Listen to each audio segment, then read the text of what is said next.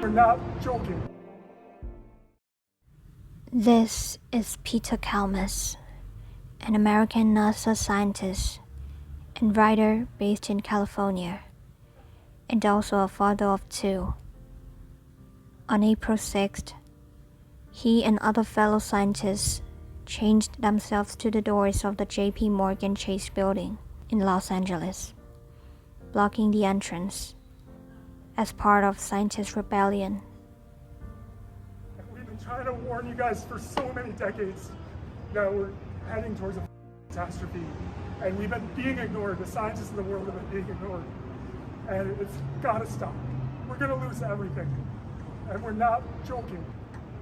We're not lying, we're not exaggerating. This is so bad, everyone, that we're willing to take this risk. This movement has gone viral on the internet and immediately gained the world's attention. In an emotional speech, Kalmus says that the desperate warnings issued by the climate change researchers are being ignored and alleged that the governments are not listening to the scientists, and therefore he is willing to take a risk for this gorgeous planet. On April 4th, the Intergovernmental Panel on Climate Change, IPCC, published the third and final section of its sixth assessment report on climate change, which was prepared by hundreds of authors from 65 countries. IPCC reports usually take around 7 years to compile. The report basically warned us that deep and rapid cuts to greenhouse gas emissions are necessary by 2025 to avoid irreversible catastrophic climate effects. The report also highlights how wealthy and developed countries have caused the majority of greenhouse gas emissions, and therefore it is up to these nations to take accountability and do their part.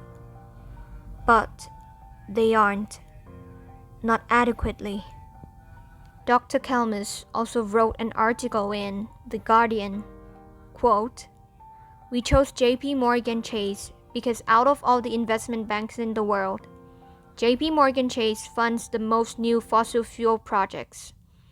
As the new IPCC report explains, emissions from current and planned fossil energy infrastructure are already more than twice the amount that would push the planet over 1.5 degrees Celsius of global heating, a level of heating that will bring much more intense heat, fire, storms, flooding, and drought than the present 1.2 degrees Celsius." This movement includes over 1,000 scientists from over 25 countries, and similar protests and demonstrations led by scientists are happening all over the world. This is not just a climate warning that you hear on the news. And this is definitely not a storm we can just hide or run away. Everyone is acting as if this catastrophe, this doom, won't fall on this generation. But it will. And there is barely enough time to prevent it. And these protests, these cries for help, really should open our eyes, and most importantly, it should be enough for the whole world to finally be on the same page. Dangerous weather events are becoming more common because of global temperature change, and climate change is not a hoax anymore, as it is actually happening in our world. Besides, many people think global warming and climate change are the same, but actually they are not. Climate change is a complex and long shift affecting our planet, and global warming is one of them. Acid gas and other greenhouse gases are released from fossil burning, trapping heat within the atmosphere and making fossil fuels the leading reason for heating in action. Moreover, public electricity and heat production are also the sources of damaging gases such as sulfur dioxide and nitric oxide. These toxic gases are mostly produced by human activities. Burning fossil fuels like coal, oil, and fuel to induce electricity and heat produces a serious amount of world emissions. The overwhelming majority of electricity continues to be generated using fossil fuels, with only around 1/4 coming from wind, solar, and other renewable energy sources. Back in 2015, 192 nations and the EU came together to form the Paris Climate Agreement. This agreement includes a mutual goal and commitments from all major emitting countries to slow global warming down by keeping the global temperature increase well below 2 degrees Celsius and limited to 1.5 degrees Celsius. 6 years have passed and global warming has only become worse. Alice Hill of CFR says, "The Paris Agreement is not enough. Even at the time of negotiation, it was recognized as not being enough." We all know that the worldwide temperature has noticeably increased.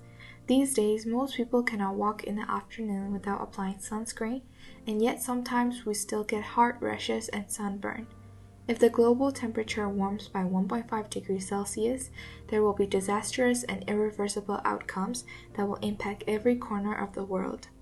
As we can see, the ice sheets covering West Antarctica and Greenland are already shrinking.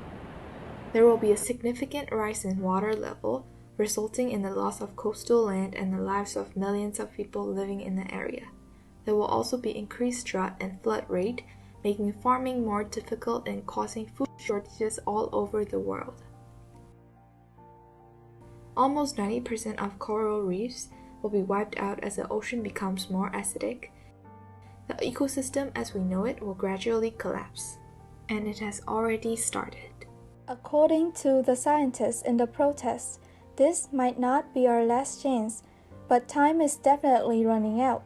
It is just a matter of time before our beautiful Greenland is replaced by constructions of big fossil fuel companies and plastic waste created by humans.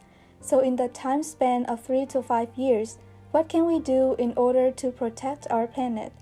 There are a ton of small and simple actions we can take, which collectively can create a huge impact on our goal to protect our land. Here are 10 simple steps you can take to start your sustainable journey. 1. Force big fossil fuel companies to take accountability.